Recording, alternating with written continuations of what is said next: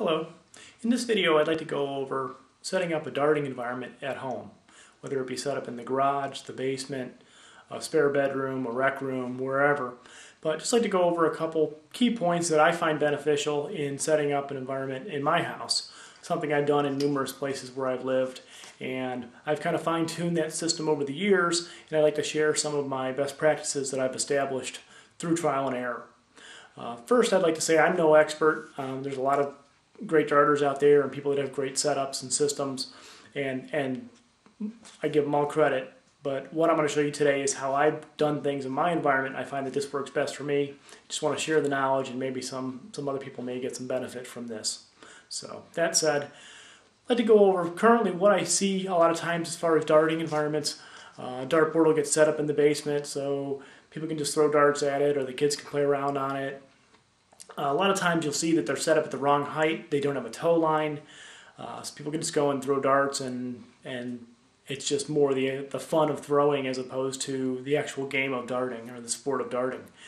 And my first topic I'd like to point is I find it very beneficial, and I think a lot of people would in the long run, is to set that board up to regulation. Set it to the proper height. Put a tow line on the floor so that it's set there.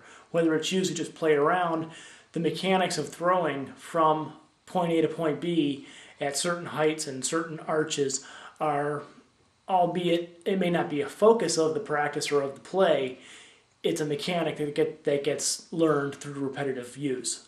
And that's where I think it's beneficial to set that up front, and if possible have that accurate so that that skill gets established and it may be used later in life and you've already got a good foundation. So that being the first topic. A couple things I'd also like to cover is going to be the environment itself, some of the variables, where you place the board, the lighting for the board, some considerations as far as protecting the wall and protecting the floor, protecting the darts, protecting animals and children that may be in the house, and just some of the general environmental variables like that. So I think I'll go ahead and start with that. And you'll see the hammerhead board I have mounted behind me here on the wall. I have that on a small frame, which works well for my application here. That's actually the part of one of the big large boards that has a light bar on it and all that. I've taken that off, and you see the scoreboard, the chalkboard next to it is my scoreboard off of that. The light bar, I didn't like the bulkiness of the backboard and the light bar, so I decided not to use those. I disassembled it, I mounted the pieces that I wanted, kept it nice and clean against the wall, and that's what I have here. One of the big considerations I have here in the basement here in this house is I've got all can lights, and that didn't work very well for illuminating a dartboard. So what I did was Home Depot or any place like that, any of the big box stores or hardware stores sell adapter kits for the cans boxes for the cans, so you can actually go ahead and mount a regular light fixture to that.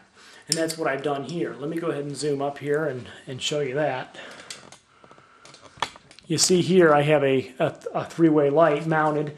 I can position those halogen bulbs down at the board itself, put them out in the room, get some more light in the room, and that works real well. You see that did cast a little bit of shadow. You see I'm casting some shadow here because I have a bright light behind me. But that casts some shadow coming in off the left-hand side. So to remedy that, I replace another can I have over here with a track light, which has the same type of halogen bulbs. Go ahead and cross those lights, and that gives good illumination on that board. So that's worked out really well. It was a very affordable option as opposed to running a fixture and mounting a light bar above the board, or running a cord down the face of the wall, and then you have to worry about that getting hit with darts. This was a good option here. It cost less than $100, I think, for both fixtures with bulbs, and I'm in business. So that's the lighting arrangement there. The board I had mounted, basically I just mounted the backboard in, mounted the board plate, and then mounted the board. Pretty simple. Just took a couple measurements, a couple double checks of that measurement, and went ahead and mounted it up, and away it went. So there's a lot of options you can use for that backboard. I happen to use what I had. You can use a piece of particle board or chipboard or something, or you can use a piece of styrofoam or scraps of carpet or cork or whatever you want to build your backboard, whatever looks best in your environment. You can always go with those wooden cases, the wooden boxes that open up, and you know, whatever. So next topic I wanted to cover is going to be the tow line. And the importance of that, the importance not only of getting your board to the proper height, but getting a toe line so you can throw it from the proper position. And there's different options for that. One of those options here is you can either put a piece of tape on the floor, or you can go for something like this. The bowl starts here, which is an adhesive tape that would go onto a hard floor. I have carpeting here, and I didn't want to do that. I have in the past put a piece of non-slip carpet backing on this, and it used to worked very well. In a previous home I had, they had a Berber carpet, and that did real well. As this got old, it doesn't stick as well as it used to, so I don't use it in that way anymore. I thought about applying it directly to the floor, but I decided I didn't want to mess up the carpet here with that. So what I chose to do instead was actually just use some chalk and measure it out and put a line on the floor. And you see here, I just have a chalk line on the floor. I went ahead and measured it and chalked it across. If I vacuum over it, it gets a little bit harder to see, so I just go ahead and chalk over it again with a piece of chalk afterwards, and it holds up really, really well. So that's something I found works very well, very affordable. It's a good option for my application here. Some other things that I'd like to recommend is that you set up your dartboard someplace where you're going to use it, somewhere that's not a drag to be in, like a musty old basement or a crammed in corner of the garage that's full of boxes. Somewhere like here, I've cut out a little bit of the basement, a little corner of the basement, and set things up, and it's here. It's whatever I want to throw, I can just come downstairs and throw, and it works out really, really well. So a couple key things here besides setting up the board and the lighting, we talked about the toe line, is keeping your gear together. I've got a fair amount of dart equipment, and I keep it all in a tote, a single, just plastic, Skyrite, or Rubbermaid type tote. Keeps all the gear together, keeps extra chalk, flights, darts, has the stuff on my soft tip board. Everything's all there in one place, so if I want to go look for it, I know right where it's at. I can dig through the box, find what I want, put the box back away, and everything's good to go. So I also like to keep on this rack here, I have some other things here.